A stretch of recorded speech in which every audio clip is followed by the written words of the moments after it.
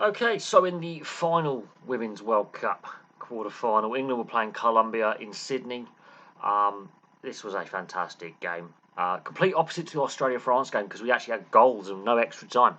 Um, Two of the goals came literally just before half-time. England have won 2-1 on the day.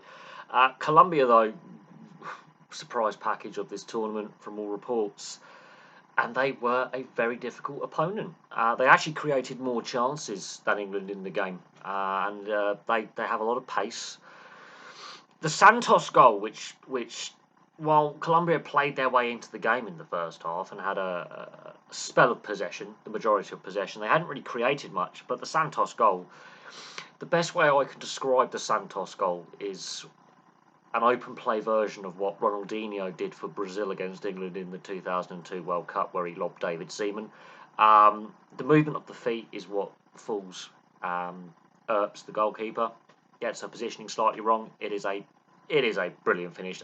That is deliberate. That is not a cross. That is a deliberate shot, lob shot. That is with pace as well. It wasn't just a pure lob. There was pace and a bit of spin on the ball, and it's all to do with the foot movement. Now England could have, you know, failed to come back into the game because England had created the better chances up to that point.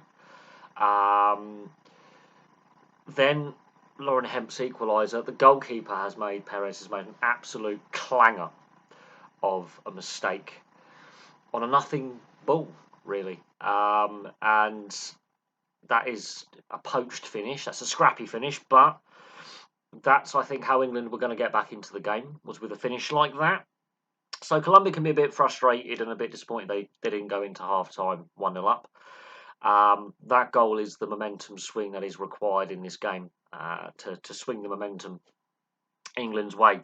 Russo's goal, again, the footwork and the way the defender misreads the through ball. It's a great finish, but it's also how Russo stops and starts her run again. The defender goes one way, she goes the other, into space, which she has created. It's a very good finish.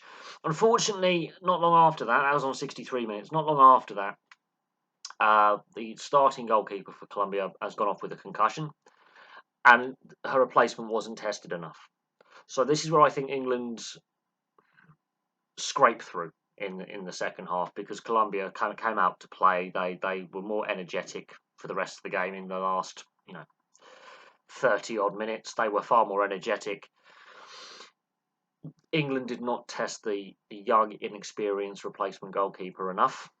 Didn't get enough balls in the box. They didn't make their substitutions early enough. I think that was a mistake. And England looked very, very tired by the end of the game. Colombia were the ones with, the momentum. Even though they're chasing the game, they're the ones with the momentum. Earps has pulled off some very, very good saves in this game.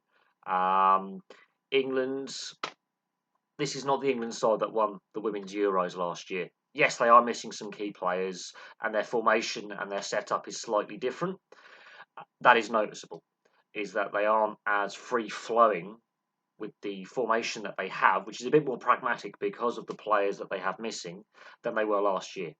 I think Serena Wiegman has got her substitutions a bit wrong in this game. Even though England win the game, and Colombia really gave them a game, the tactical changes required and the fresh legs required, I think England left it late. Wiegman left it a bit late in introducing fresh legs into the game, because Colombia are playing with that pace, intensity and physicality. I think that was a slight error of judgment that, may come back to haunt England in the semi-final if there is that fatigue factor. However, Australia against France went to penalties. England in their previous game went to penalties against Nigeria. I think that aspect of the fatigue as well has come into play.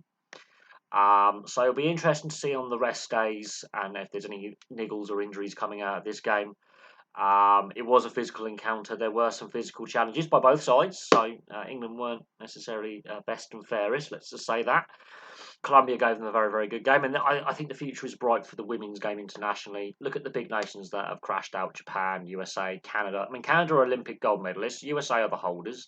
Japan are the only other nation, apart from the USA in recent times, to win the World Cup. Germany have gone out. So this is a great opportunity for England and Australia, the host, to get to the final. And the future is looking bright with some more nations challenging the established order, like Colombia. So hopefully the semi-final is an entertaining affair, and there is goals in it. England have struggled in this tournament, apart from the China game, to score at the rate they were scoring in the Euros. And again, I think that's to do with the formation and the players missing. They don't seem to be as fluid in attack. They seem to be a bit more measured in attack. England seem to be best when they do things at pace. When they're a bit more measured in the build-up, they're a bit more predictable and plodding.